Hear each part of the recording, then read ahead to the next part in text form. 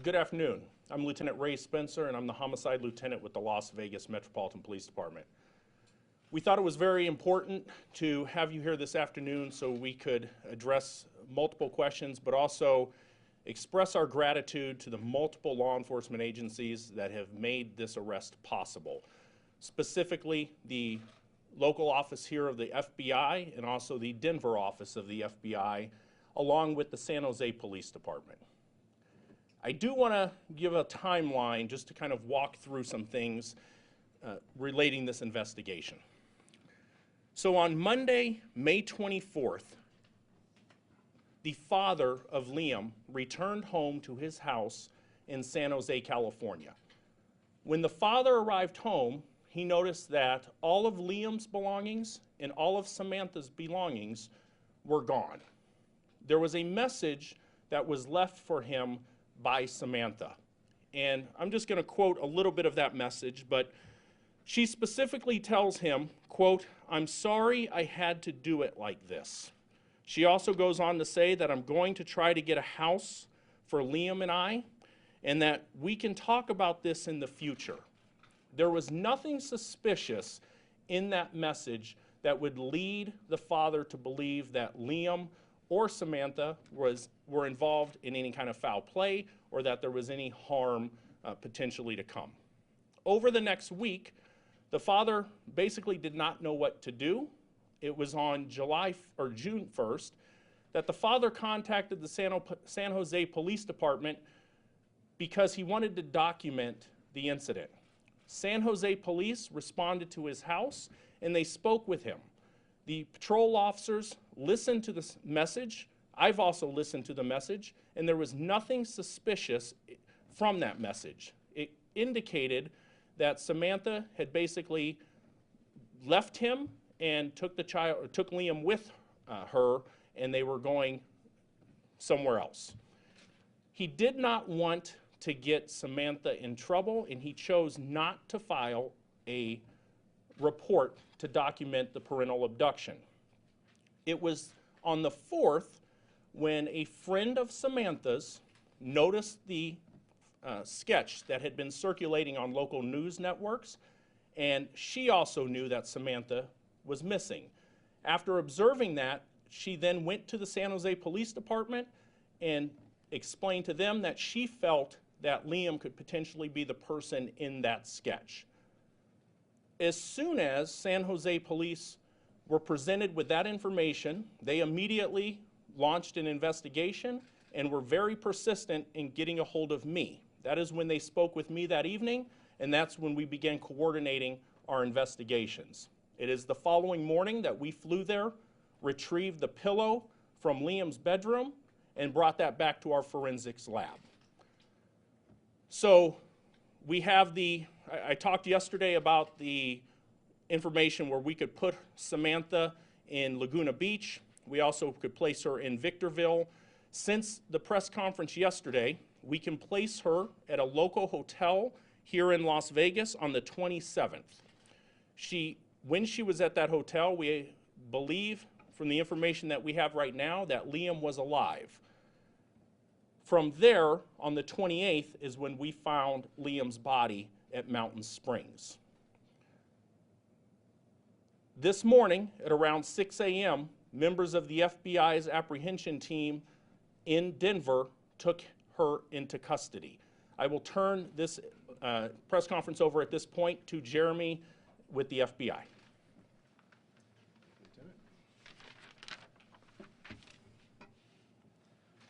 All right, good afternoon. I stood up here last week announcing the reward the FBI was offering for the identification of our victim. I expressed that this child had the right to be referenced by his given name, and he deserved law enforcement's commitment to this investigation.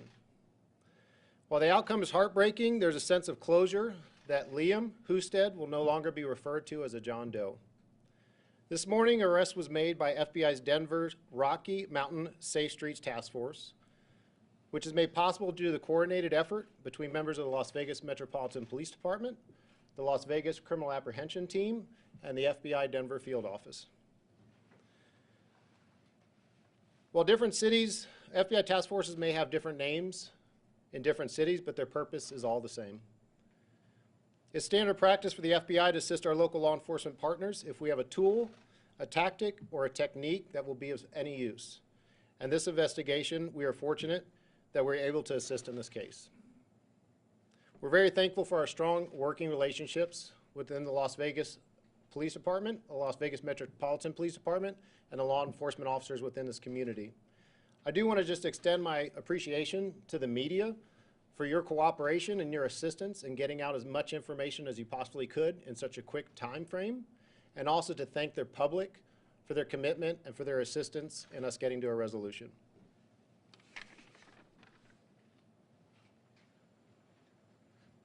So at this point, I'll take some questions if you do have them. Any information on the arrest? Was it a tip, and was it 6 a.m. local time here, or? It was around 6 o'clock local time, give or take a few minutes this morning. I'm not going to get into the investigative tactics that were utilized by the apprehension team in Denver, but it was solely on the work that the FBI task force there did that led to the arrest. Or go ahead. Obviously, you guys have been working on this case really hard for the past 2 or so weeks. How significant is solving this case for you and your detectives? Well, like I said, you know, the entire department, specifically my detectives, myself, it's emotionally draining working a case like this. Being able to have closure and identify Liam was very important, and now that we're able to make an arrest on this case is extremely gratifying. In the back. Last we heard, she was seen on the 31st at a hotel in Denver. A lot of time has passed since then. Do you get a sense of what she was doing in Denver? Was she still bouncing around to hotels? Any idea why she chose Denver as her? We don't know why she was in Denver. I know, like I said, we had her in Colorado even before the hotel room on the 31st, and we do know she was again at a hotel this morning in Denver. Why Denver? We don't know. We have detectives that are on the ground right now conducting interviews with her, and again, that's ongoing. So some of that information could come out as a result of those. Yes. Is it believed that she was alone during this, say, last week or so? During the time that Liam was killed, we believe she was alone at that time. Lieutenant, was she also alone in Denver when she was found? She was not alone in Denver when she was found. However, the person that was taken, that she was with in Denver, we do not believe has any involvement whatsoever in this case. I have a couple of other questions. Okay, I'll come back with you, Ken. Yes. Was Rodriguez arrested peacefully? Was there any resistance or anything like that? She was taken into custody without incident.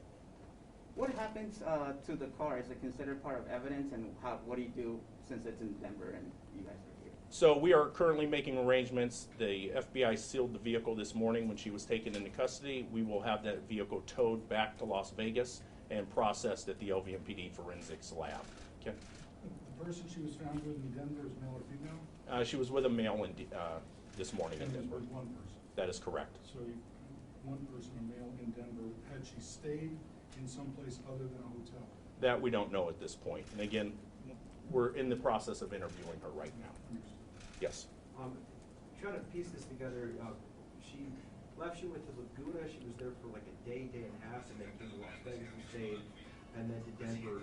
It seems just like such an odd route to take. Do you have any sense of why this was her path, what her intentions were at all during this trip?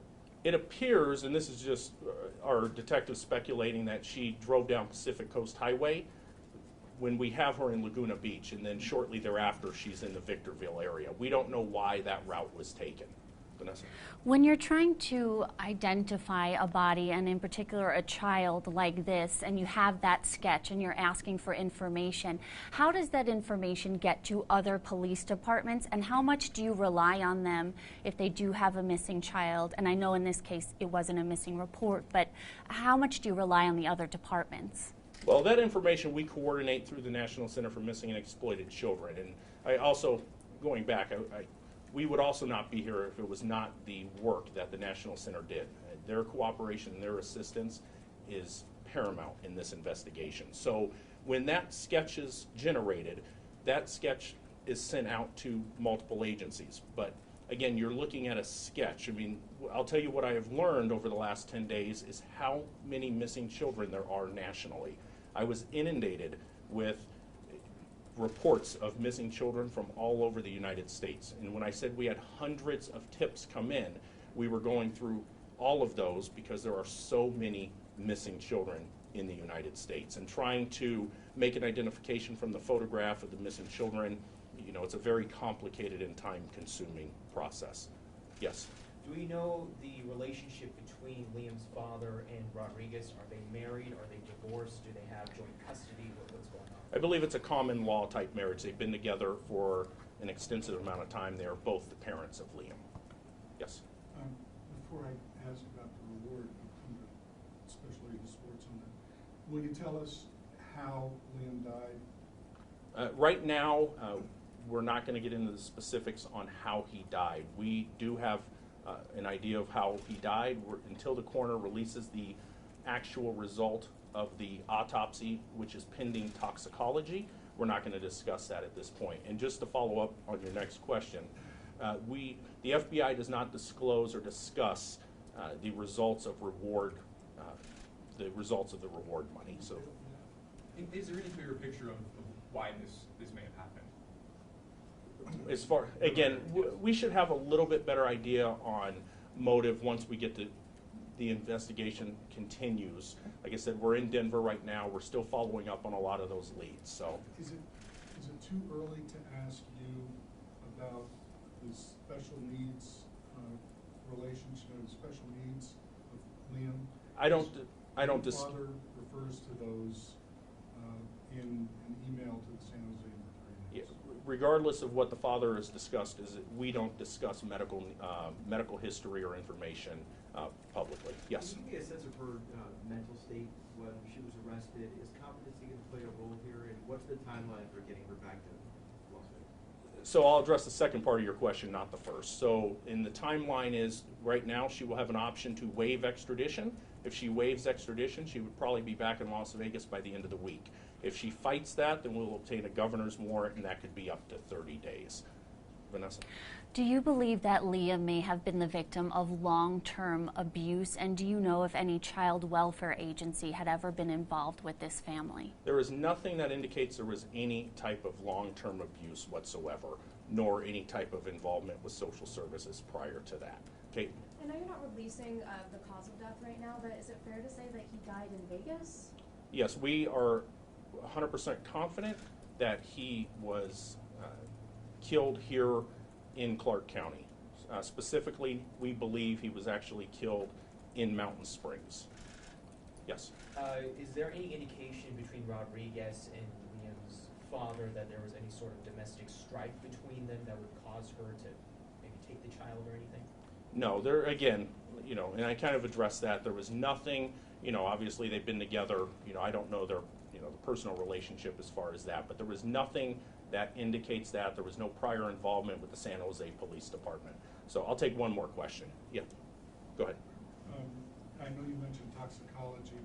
Was there a weapon involved in the slaying? I'm not going to answer that question specifically.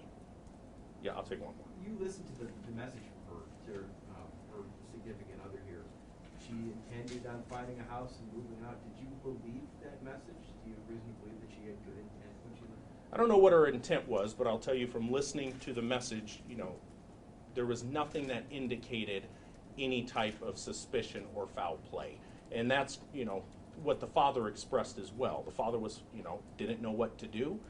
After the week took place, that's when he contacted the police, and then he still, again, chose not to make a report for any type of child abduction. They documented it per his request, and that's what took place there. All right. Thank you. You know where Samantha and Liam stayed on the night of the 26th, Wednesday night? That would have been the night they were last seen in Laguna, then Victorville, presumably coming here. So again, still early on. I do know where she stayed on the 27th, so we're still working those type of things, and we eventually have those answers. Were they in a hotel, or did they stay in the car? On the 27th, they were in a hotel here locally. So thank you, guys.